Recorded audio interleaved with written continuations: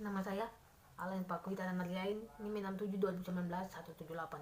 Di sini saya akan membahas tentang tugas saya dalam mata kuliah Bahasa Indonesia, yaitu bagaimana sejarah bahasa Indonesia terbentuk dan menjadi bahasa nasional, kemudian jabarkan fungsi dan kedudukan bahasa Indonesia menurut pandangan saya.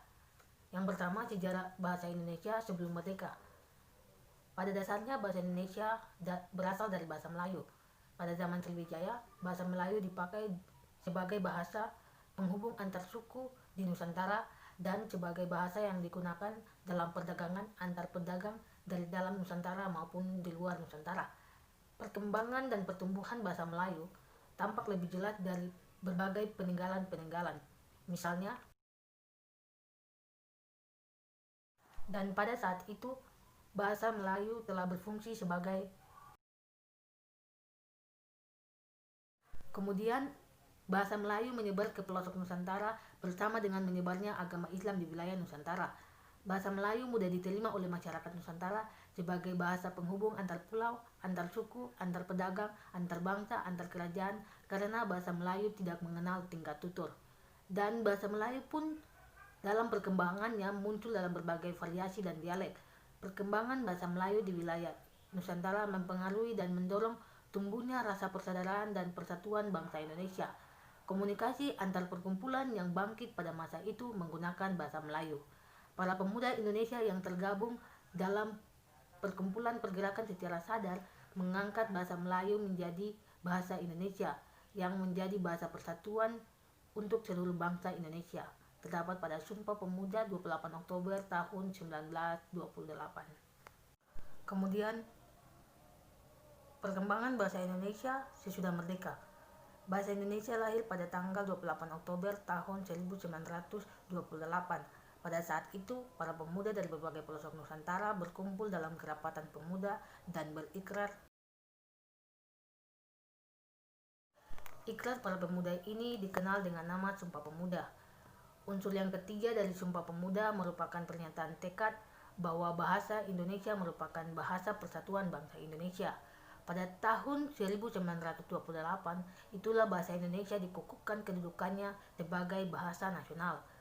Bahasa Indonesia dinyatakan kedudukannya sebagai bahasa negara pada tanggal 18 Agustus 1945 karena pada saat itu Undang-Undang Dasar 1945 disahkan sebagai Undang-Undang Dasar Negara Republik Indonesia.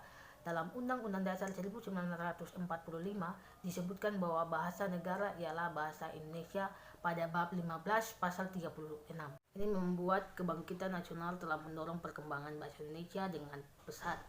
Peranan kegiatan politik, perdagangan, persurat kabaran, dan majalah sangat besar dalam memodernkan bahasa Indonesia. Proklamasi Kemerdekaan Republik Indonesia pada tanggal 17 Agustus 1945 telah mengukuhkan kedudukan dan fungsi bahasa Indonesia secara konstitusional sebagai bahasa negara. Kini bahasa Indonesia telah dipakai oleh berbagai lapisan masyarakat di Indonesia, baik di tingkat pusat maupun di tingkat daerah. Kemudian pada fungsi dan kedudukan bahasa Indonesia menurut pandangan saya, pastinya yang pertama bahasa Indonesia merupakan identitas nasional. Nah, di sini kedudukan yang pertama itu yaitu bahasa Indonesia sebagai bahasa nasional. Terbukti pada bulir-bulir Sumpah Pemuda pada poin ketiga, yaitu kami putra dan putri Indonesia menjunjung tinggi bahasa persatuan bahasa Indonesia. Otomatis setiap warga negara Indonesia wajib menjunjung tinggi bahasa persatuan bahasa Indonesia. Kemudian yang kedua yaitu bahasa Indonesia sebagai kebanggaan bangsa. Nah, saya tersendiri merasa bangga karena kami negara Indonesia atau bangsa Indonesia telah memiliki bahasa tersendiri yaitu bahasa Indonesia.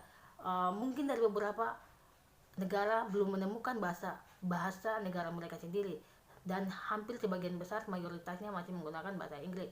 Dan saya sendiri yang pastinya merasa bangga memiliki bahasa Indonesia yaitu bahasa negara kita, bahasa nasionalnya kita, bangsa Indonesia. Dan yang ketiga, bahasa Indonesia sebagai alat komunikasi. Nah, di sini bahasa Indonesia sebagai alat komunikasi baik secara formal maupun non formal itu sudah diterapkan baik di tingkat daerah maupun di tingkat pusat. Kemudian yang terakhir yaitu bahasa Indonesia sebagai alat pemersatu bangsa, karena bisa dibilang alat pemersatu bangsa karena di Indonesia sangat banyak suku, ras, budaya, bahasa daerahnya sendiri. sehingga walaupun perbedaan-perbedaan tersebut disatukan dengan bahasa Indonesia. Demikian penjelasan saya. Terima kasih.